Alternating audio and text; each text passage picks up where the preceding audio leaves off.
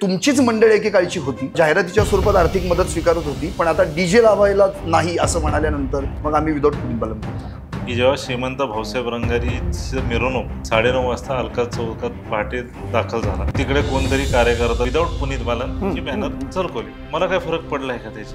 ट्रॅक्टरवर उभं राहून किंवा ट्रॅक्टर समोर किंवा देवासमोर म्हणेल मी अश्लील नाच, आणि मी स्पष्ट सांगेन की ती गालबोट आहे भिंतीची डीजे आणि डॉल्बी. कुठलंही भक्तिगीत चालत 1000च्या वरती लोक, मुलं मुली सगळे हे नाचतात. मग हे कुठून आलेत? एवढे कार्यकर्ते एका मंडळात कुठून आलेत? हे नक्कीच बाहेरची. तुम्ही मंडळ मुक्त होणार आणि पुणेकर डीजे मुक्त होणार, तर त्या दहीहंडीत पण मग हा नियम का लागू होऊ नये? तुम्ही सांगाल की काही गाणी मी वाजवली नाही, चिकनी समली वाजवली नाही वगैरे असं तुम्ही म्हणाल. पुन्हा बदनामी वाजवलेले माहिती पुरं नाही ना, त्याचं रिझन आहे सर. संदीपजी त्याचं कारण आहे. तुम्ही कारणच बघत नाही. हे गाणं लावलंच नाही. तुमचं एक आवडतं गाणं आहे हवा हवा, तर मला थोडीशी हवा, थोडी स्पेस ठेवा ना. त्यांना म्हणावं तुम्ही की आम्हाला आमच्या नागरिकांसाठी पुणेकरांसाठी थोडी स्पेस पाहिजे. आम्हाला फक्त 2च होर्डिंग दिसतात, ऑक्सिरीज, पुनीत बालन ग्रुप. नमस्कार, मी संदीप चव्हाण आणि आपण पाहताय टॉप न्यूज मराठी. यंदा राज्यात गणेशोत्सव हा महाराष्ट्र राज्य महोत्सव अशी घोषणा विधिमंडळात झाली आणि त्याच घोषणेला लागून पुण्यातल्या एका गणेश भक्तानं यंदा पुण्यातला गणेशोत्सव हा डीजे मुक्त गणेशोत्सव करण्याचा पुढाकार करण्याची घोषणा केली. अर्थात हा गणेश भक्त कोण? Well known businessman, sportsman, social worker, शिवाय गणेश भक्त अर्थात श्रीमंत भाऊसाहेब रंगारी ट्रस्टचे विश्वस्त, उत्सव प्रमुख आणि सगळ्यात महत्त्वाचं म्हणजे पुनीत बालन ग्रुपचे अध्यक्ष अर्थात पुनीत बालकृष्णन बालन. आणि आपण आज त्यांच्याशीच संवाद साधणार आहोत. टॉप न्यूज मराठीमध्ये आपलं स्वागत. पुनीतजी, खरं तर तिकडे महाराष्ट्र राज्य महोत्सव म्हणून गणेशोत्सवाला यंदाचं स्वरूप प्राप्त होणार आहे आणि तुम्ही लगेच तात्काळ पुण्यामध्ये डीजे मुक्त गणेशोत्सव करण्याचा पुढाकार घेतलात. त्याचं सर्व स्तरावर स्वागत झालं, कारण की अशी पुढाकार घेणारी व्यक्ती कुणीतरी पुढे येणं अत्यंत गरजेचं होतं. ते तुमच्या रूपानं पुढे आली. त्यामुळं पहिल्यांदा डीजे मुक्त गणेशोत्सव म्हणजे नेमकं काय म्हणायचं तुम्हाला हे सांगा. नाही, डीजे मुक्त गणेशोत्सव म्हणजे गणेशोत्सव संस्कृतीला शोभणारा गणेशोत्सव आपण सर्वांनी साजरा करायला पाहिजे. मला वाटतं की पुणे ह्या गणेशोत्सवची राजधानी आहे. 1892ला श्रीमंत भाऊसाहेब रंगारी आणि 1893ला लोकमान्य टिळकांनी ह्या दोघांनी जी सार्वजनिक गणेशोत्सवाची सुरुवात केली, ती स्वतंत्र लढ्याच्या विरोधात लोक एकत्र यावं त्याच्यासाठी ही गणेशोत्सवाची सुरुवात झाली.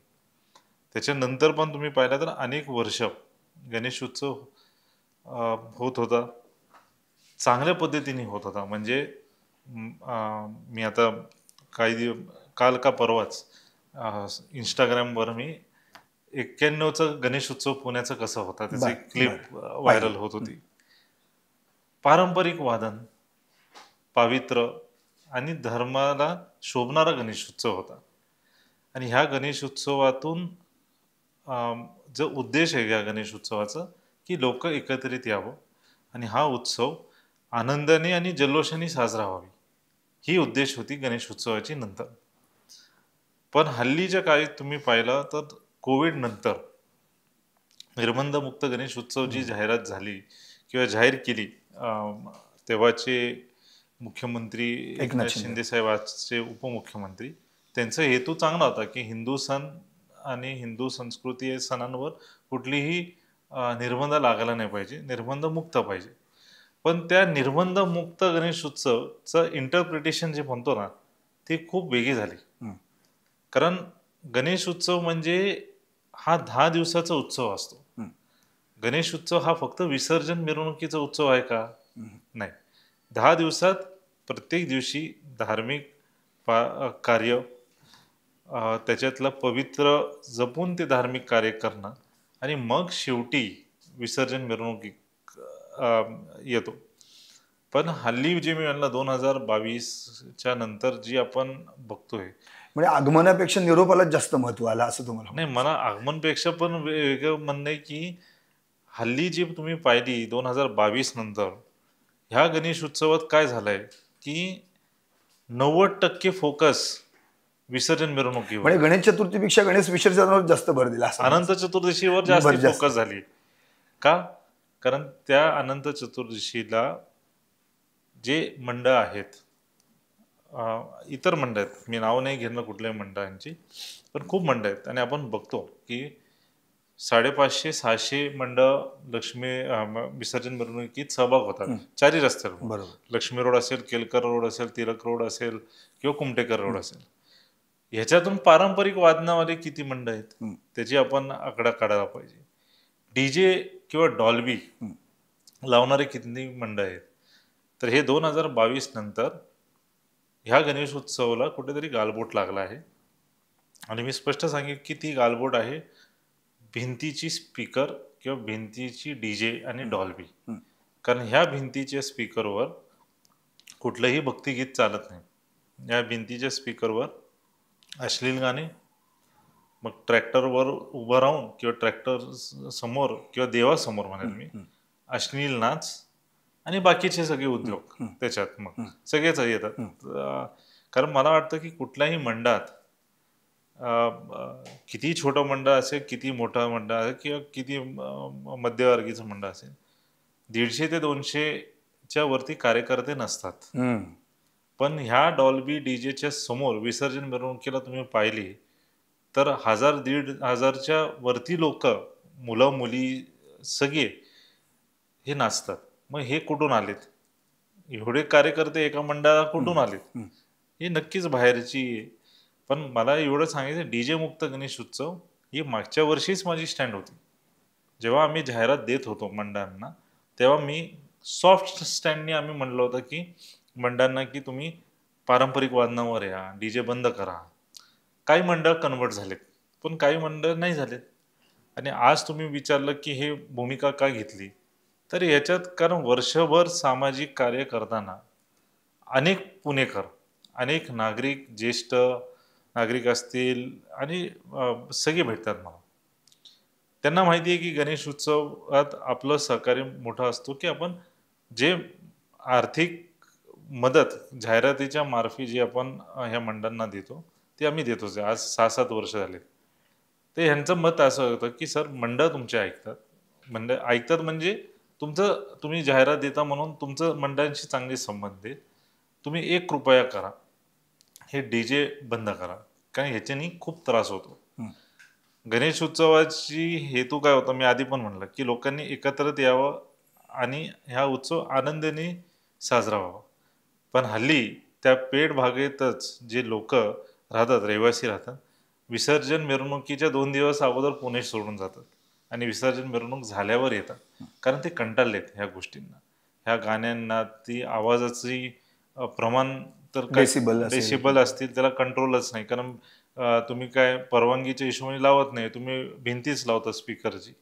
तर हा जो आहे हा असे स्पीकर थोडक्यात आरोग्याच्या दृष्टिकोनातून तुम्ही हा विचार. नाही, आरोग्य नाही, फक्त आरोग्य नाही पण संस्कृती पण आहे ना. दृष्टिकोनातून अनेक वर्ष गणेश उत्सव होतोय, अनेक वर्ष. मी आता जसं मी ती क्लिप बघत होतो 91चा गणेश उत्सव मध्ये डीजे नव्हताच. त्याच्यात तुम्ही पाहिलं पारंपरिक आदिवासींची एक मला अशी तुकडी दिसली त्याच्यात, जे ते त्यांचं जे पण आदिवासींचं जे असते त्याच्यात ते नाचतायत. हलगीवाले होते, ढोल ताशा होती आणि शांततेने गणेश उत्सव व्हायचा ना. तर आरोग्य तर महत्वाचंच आहे. कारण ह्या डीजेमुळे अनेक जणांचं कान गेलाय, बहिरे झालेत, ते लेझर लाईटमुळे डोळे गेलेत, अनेक जण हार्ट अटॅकने गेलेत. ते धक्का बसतो, जी शॉक आहे ते आवाजाची, वयोवृद्ध लोकांसाठी. खरं म्हणजे आरोग्याच्या दृष्टिकोनातून सगळ्यात महत्त्वाचं. फक्त सिनियर सिटीजन नाही. बरोबर. मी हे पण सांगू इच्छिते तुम्ही एका लहान मुलीचं म्हणून उदाहरण मागच्या वर्षी जे मला कानावर आलं की एक 7 वर्षाची मुलगी ह्या डीजे मुळे वारली. तर ही सगळी फॅक्टर आहेत. आणि मूल फॅक्टर म्हणजे आरोग्य हे सगळं ओके, पण मूल फॅक्टर एकच आहे की पुण्याचा हा वैभवशाली गणेश उत्सव आम्हाला संस्कृतीला शोभणारा गणेश उत्सव पाहिजे. संस्कृतीला गालबोट लागणारा गणेश उत्सव नको आपल्याला. धार्मिकता, परंपरा आणि पावित्र्याने साजरा करणारा गणेश उत्सव पाहिजे. थोडक्यात पुनीत म्हणजेच पावित्र्य आणि त्याच पुनीत बालनकडून ती पावित्र्याची संकल्पना पुढे आली. आता अर्थात ती इम्प्लिमेंट कशी होते त्याच्यावरती डिपेंड आहे. या जोडीलाच आणखी बरेचसे उत्सव येतात, त्यामध्ये दहीहंडी आणि त्यामध्ये देखील तुम्ही चांगल्या पद्धतीनं पुण्यामध्ये काम करता. दहीहंडीच्या माध्यमातून तुम्ही तर मला आठवतंय की वेगवेगळी मंडळांनी दहीहंडी साजरी करण्यापेक्षा एकत्र करून अगदी 35 मंडळ तुम्ही एकत्र करून लाल महालच्या इथे ते साजरं करता. तर त्या दहीहंडीत पण मग हा नियम का लागू होऊ नये? तिथेही मग डीजे मुक्त करायला काय? नाही होऊ शकतं ना, का नाही. आता जेव्हा मी हे निर्णय म्हणजे यंदा 16 ऑगस्टला घोषणा करून टाका तुम्ही किंवा होऊन जाऊ देत. नाही घोषणेचा प्रश्नच येत नाही. जेव्हा मी डीजे मुक्त गणेश उत्सव म्हणतो तसंच डीजे मुक्त दहीहंडी. तर डीजे मुक्त दहीहंडी नाही, आमची दहीहंडी डीजे मुक्त नाही. आमची दहीहंडी ही पारंपरिक पद्धतीने साजरा होईल. म्हणजे त्याच्यात डीजे नसणारच आमच्या दहीहंडीत. आमच्या दहीहंडीत भारत जे म्हणतो आपण, भारतात पारंपरिक वादनाची कमी नाहीये. बरोबर. वेगवेगळ्या राज्यात याच्या आधी दहीहंडीत डीजे आपण वापरलेले आहेत म्हणून मी हा प्रश्न केला की यावर्षी मात्र व्हायला. नाही आम्ही डीजे वापरलाय 100% मागच्या वर्षी वापरलाय. पण मागच्या वर्षी एक बदल पण केला आम्ही. कारण ही प्रश्न अनेक जणांनी म्हणजे जेव्हा आपण चांगला. आता तुम्ही सांगाल की काही गाणी मी वाजवली नाही, चिकनी चमेली वाजवली नाही वगैरे असं तुम्ही म्हणाल, बरोबर ना. मुन्नी बदनाम वाजवलेली माझ्याकडे पुरावा आहे. नाही पुरावा म्हणजे मी पण तुम्हाला पुरावा दाखवू शकतो. हे बघा आमच्याकडे पण मागच्या वर्षीच रेकॉर्डिंग आम्हीच केली आहे ना. जे पण 2-3 त्याच्याच तर क्लिप फिरतात ना. क्लिप मॉफ पण होऊ शकतात ना. हा, जसं तुम्ही सोशल 91चं बघितलं त्यावेळी फक्त पारंपरिक वादन होतं, तसंच मागच्या वेळेस पण कुठे ना कुठे ते क्लिप फिरते. ते फिरते ना. तर ते क्लिप फिरण्याचं आणि आमच्याकडे तर 3 तासाचा डेटा आहे ना. पूर्ण जे डीजे 7 ते 10. बाय द वे, म्हणजे मला असंच म्हणायचं पुण्याची तुमची ही संकल्पना इतकी उत्तम आहे की ती प्रत्येक उत्सवात लागली पाहिजे, दहीहंडीला पण लागली पाहिजे. माझी संकल्पना प्रत्येक उत्सवाला लागली पाहिजे नक्कीच. जे मुद्दा तुम्ही काढला, मुन्नी बदनाम तुमच्या दहीहंडीला वाजली होती. माझ्याकडे 3 तासाची लाईव्ह डेटा आहे. म्हणजे आजही मी दाखवू शकतो. 3 तास बसा, जशी आपण फिल्म बघतो 3 तास दहीहंडी बघा. ही गाणं लावलंच नाही. पण हे ट्रोलर किंवा जे लोक आहेत जे हुशार लोक आहेत म्हणेल मी, त्यांनी आजकाल AI जनरेटेड खूप गोष्टी होतात, मॉर्फ होतात. तर क्लिप आमचीच पण गाणं मॉर्फ केलंय. ठीक आहे, 2026ला आपण 2025 ची क्लिप बघू ना. 2026 मला आणखी एक महत्वाचा मुद्दा विचारायचा. तुम्ही अतिशय चांगली संकल्पना मांडली. म्हणजे ती आता किती गणेश मंडळांना ती पटलेली आहे, रुचलेली आहे का? अशी काही मंडळं आहेत जी तुमच्याशी टच आहेत, तुमच्याशी कम्फर्ट आहेत, तुमच्याशी कनेक्ट आहेत, पण त्यांना ती कन्सेप्ट एकदम अंगवळणी पडायला अवघड होणार आहे. अशी काही मंडळं तुमच्याजवळ असली दूर जाऊ शकतात या मुद्द्यावर? हे बघा नक्कीच. आज तुम्ही आकडा बघितलं तर 370 मंडळांना आम्ही जाहिरात देतो ऑफिशियली. त्याच्यातून ऑलरेडी 120 ते 110 मंडळ हे अनेक वर्षापासून पारंपरिक वादन. बरोबर. राहिले प्रश्न आता 240-250 मंडळांची. याच्यातून पण आता जे आमच्याकडे जे निरोप येतो आहे त्याच्यातून 30-40 मंडळ तयार येतात. डीजे जे 20-25 वर्ष डीजे लावायचे ते बंद करून पारंपरिक वादनावर यायला तयार आहेत. काही जण त्याच्यावरच, काही जण अजून आता मंडळांमध्ये पण ग्रुप झालेत ना. जे ज्येष्ठ लोक असतात ते म्हणतात डीजे कल्चर नको, पारंपरिकच लावायला पाहिजे. पण जे पुढची पिढी असती ते म्हणतात डीजे पाहिजे. आता त्यांच्यातच आपसातच तालमेल बसत नाहीये. पण आमची भूमिका क्लिअर आहे. जो पारंपरिक पद्धतीने गणेश उत्सव साजरा करेल, पारंपरिक वादनावर जो कन्वर्ट होईल त्याला आम्ही जाहिरात देणार. नक्कीच. मग अर्थात कसं आहे माहिती आहे का, म्हणजे अनेक मंडळं तुमच्याशी जोडली गेलेली आहेत. 300-350 तुम्ही म्हणाल. आता मागच्या वर्षीचं एक मी उदाहरण देतो.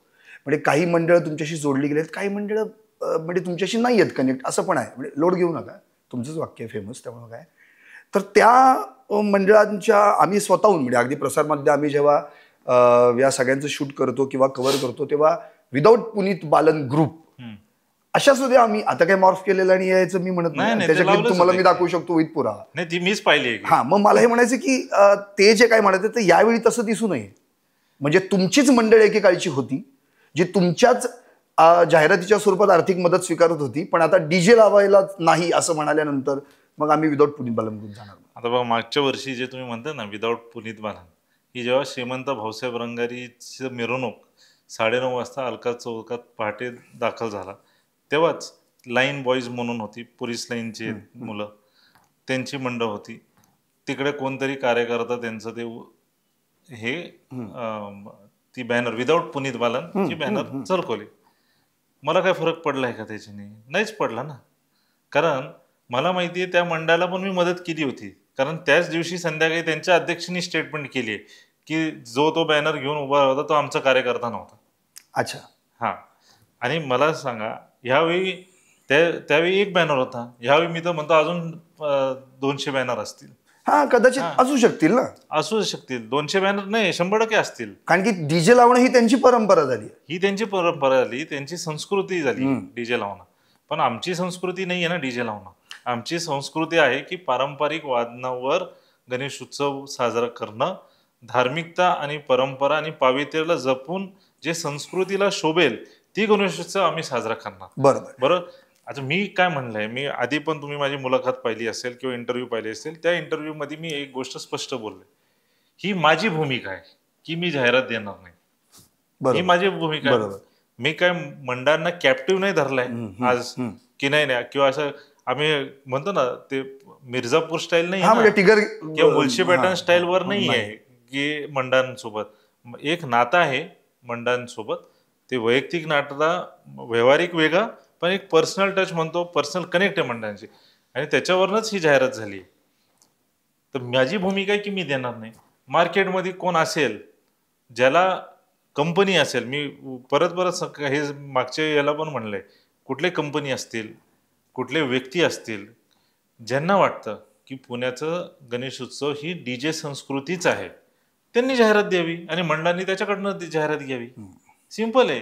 माझी भूमिका आहे की मी नाही देणार. तुम्ही ती मांडलीत. ओके, आता जाहिरात हा शब्द निघतोय बऱ्याच वेळापासून, त्यामुळे आता त्या जाहिरातीवरच आपण येऊयात.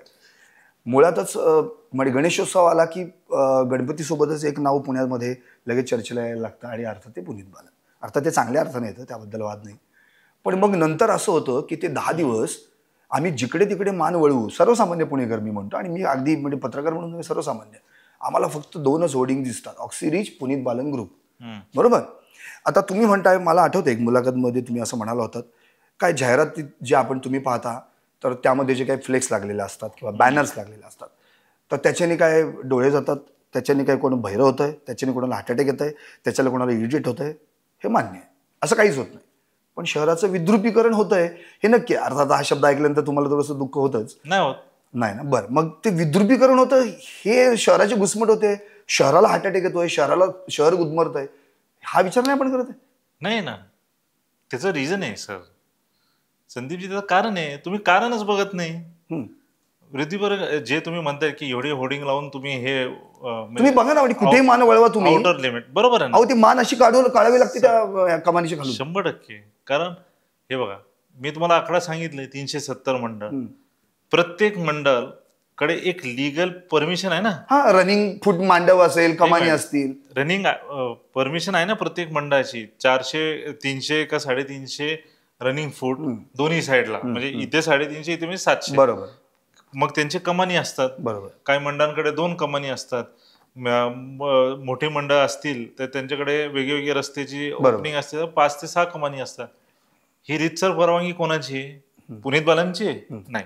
ती रीतसर परवानगी पोलीस आणि प्रशासन म्हणजे महानगरपालिका. Then you utilize that permission. Obviously.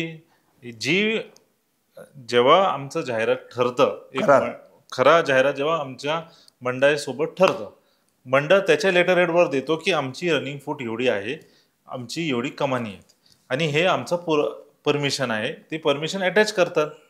आमची टीम ऑन ग्राउंड व्हेरीफाय करते की एवढी आहे का. आहे तर आम्ही जाहिरात कुठे लावली? जिथे त्या परमिशन नाही, याच्यात पण 2 आहे. जी रनिंग मांडव आहे, जी कमानाची फ्रेम आहे, हे कोण लावतो? पुनीत बालन नाही लावत, ती मंडळ लावते.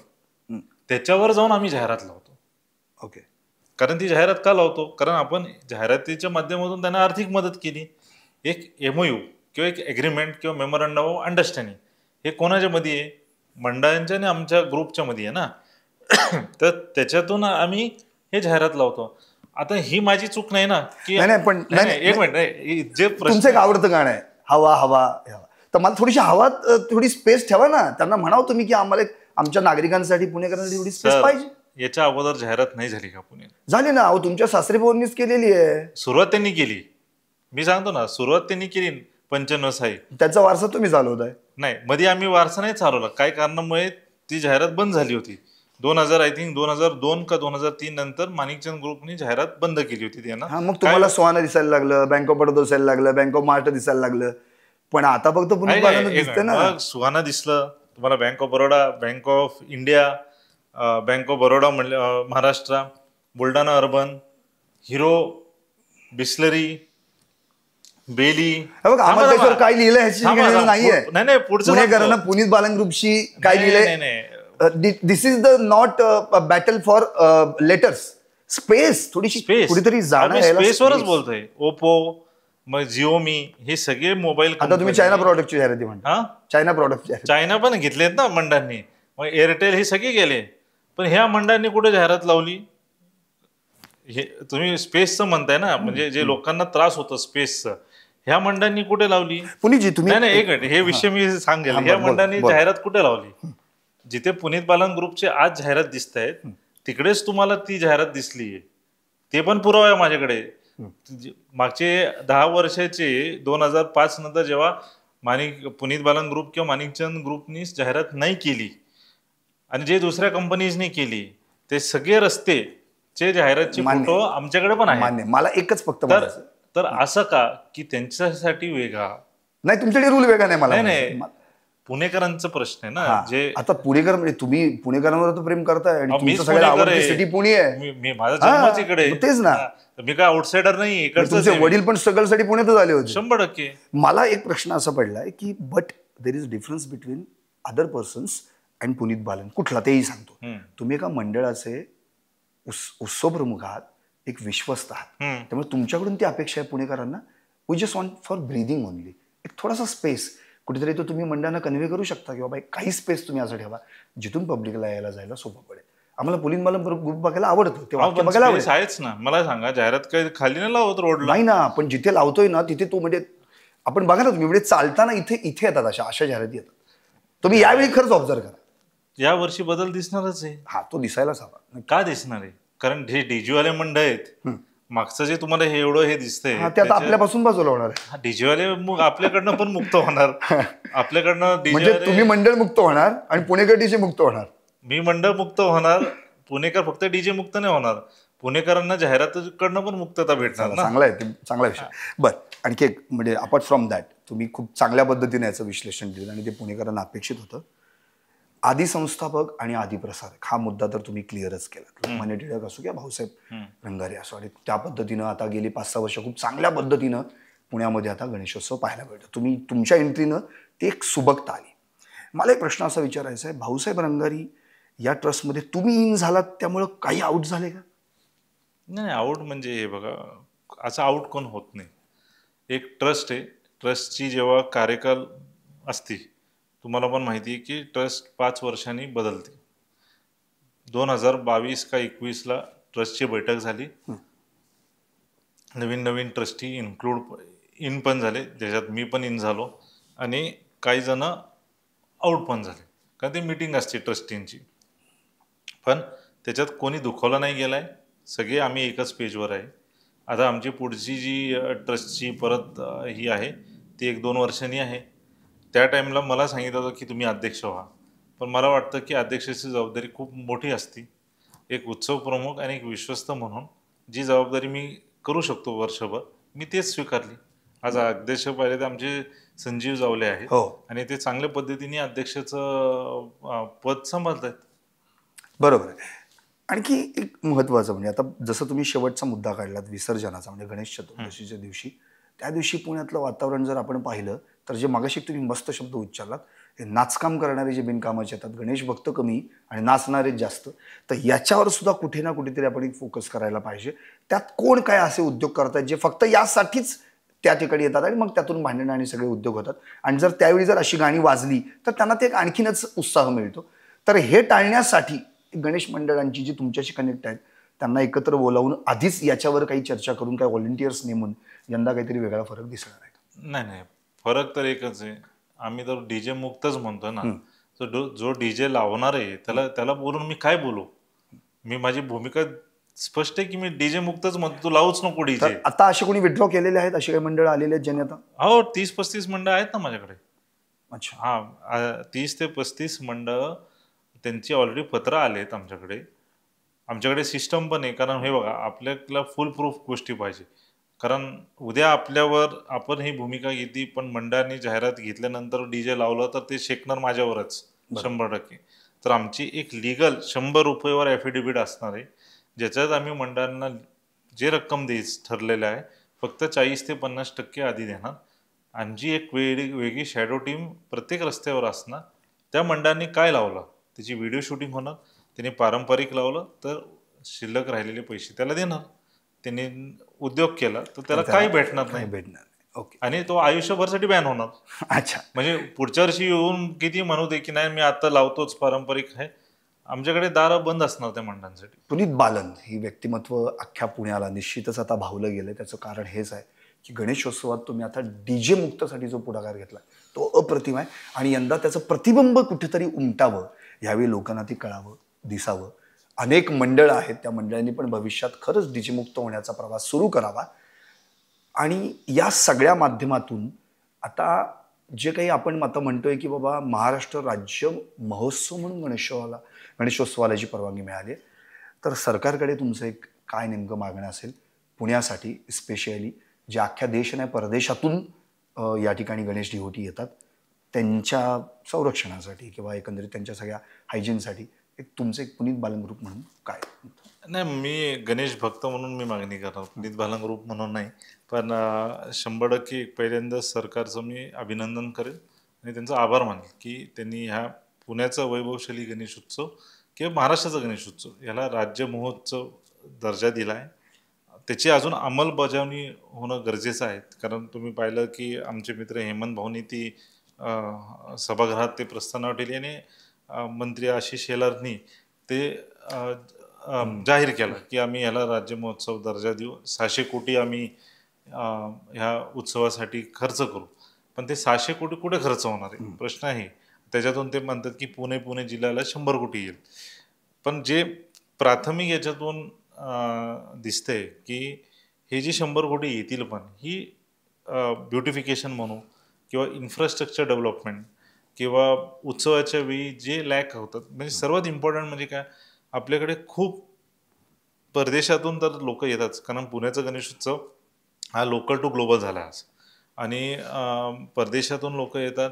अनेक महिला, लहान लहान मुलं घेऊन येतात. तर महिलांसाठी स्पेशली त्यांनी स्वच्छतागृह जे म्हणतो आपण, वॉशरूम्स आहेत, ती त्यांनी फॅसिलिटी करावी. म्हणजे एक पाहिजे तर जिथे ॲम्युनिटी स्पेस असतात कॉर्पोरेशनचे अनेक ठिकाणी असतात, त्यांनी तिकडे एक इंडिपेंडेंट लेडीज सेंटरच केला. म्हणजे लेडीजसाठी वॉशरूम, थोडी आराम, लहान मुलं असतात त्यांना फीडिंगची स्पेस, लिजर टाईम. एका उत्सवात गर्दी खूप असते अशी करावी. आणि पुणे शहरात मेन्स जे आहे स्वच्छता आणि ब्युटिफिकेशन, उत्सवात तुम्ही पाहिलं खूप आपल्याकडे गर्दी प्रचंड. म्हणजे मी सांगेन की 2000 आधीचा गणेशोत्सव पाहिला तर लोक म्हणायचे की घरातले गणपती विसर्जन झाल्यावर गर्दी वाढतं. पण कोविडच्या काळानंतर डे 1 पासूनच गर्दी आणि दरवर्षी ही गर्दी 2 टाइम्स 3 टाइम्स वाढायला लागली. मागच्या वर्षी पण खूप वाढलं, ह्या वर्षी पण खूप वाढलं. तर एक थोडी ना सरकारकडनं हीच असणार की मागणी की एकतर हे जे स्वच्छतागृह आहे एक कुठेतरी व्यवस्था, हॉटेल्स भरपूर आहेत, लहान लहान हॉटेल हे, पण सरकारच्या योजनातून ते कुठले तरी एक सेंटर केली, फूड सेंटर केली, चांगल्या मागण्या तुमच्या प्रश्न, फूड सेंटर केली, रोड्सची ब्युटिफिकेशन. उत्सव सारखं दिसायला पाहिजे. उत्सवासारखं दिसतोच, पण अजून त्याच्यात काय भर हे टाकू शकतो. अशा गोष्टीकडे हे कॉन्सन्ट्रेट केले तर खूप चांगला गणेश उत्सव फक्त पुण्यात नाही महाराष्ट्रात साजरा. नक्कीच. धन्यवाद बालन साहेब, तुम्ही खूप छान सुंदर तुमची मागणी केली. शेवटची मागणी मला खूपच आवडली, कारण की हायजीनच्या दृष्टिकोनातून जे 10 दिवस आपण पुण्यामध्ये पाहतो त्या ठिकाणी लोकांना खाण्यापिण्याची व्यवस्था व्हायला पाहिजे, विशेषतः महिलांची, त्यांना स्वच्छतागृह असली पाहिजेत. आणि ह्या दोन्ही मागण्या जी काही शासन आता खर्च युटिलाइज करणार आहे आपल्या पुण्यातल्या गणेशोत्सवासाठी, तर त्यासाठी खरंच शासनानं पुनीत बालन यांच्या या मागण्या ज्या आहेत त्याच्यावर विचार करावा आणि हा पुण्यातला गणेशोत्सव आत्ताच मगाशी त्यांनी सांगितलं लोकल टू ग्लोबल झालेला आहे. आपल्याला आठवत असेल कोरोना काळात ऑनलाईन गणेशोत्सव ही जी भूमिका राबवणारे एकमेव पुनीत बालन होते आणि अर्थात त्यानंतर अख्ख्या महाराष्ट्रात नव्हे सर्वदूर हा ऑनलाईन गणेशोत्सव पसरला होता. त्यामुळे या सगळ्याच टॉप न्यूज मराठीच्या माध्यमातून तुम्ही आमच्याशी गप्पा मारल्यात आणि खूप चांगल्या पद्धतीने अगदी सडीत तोडपणे प्रश्नांची उत्तर दिली.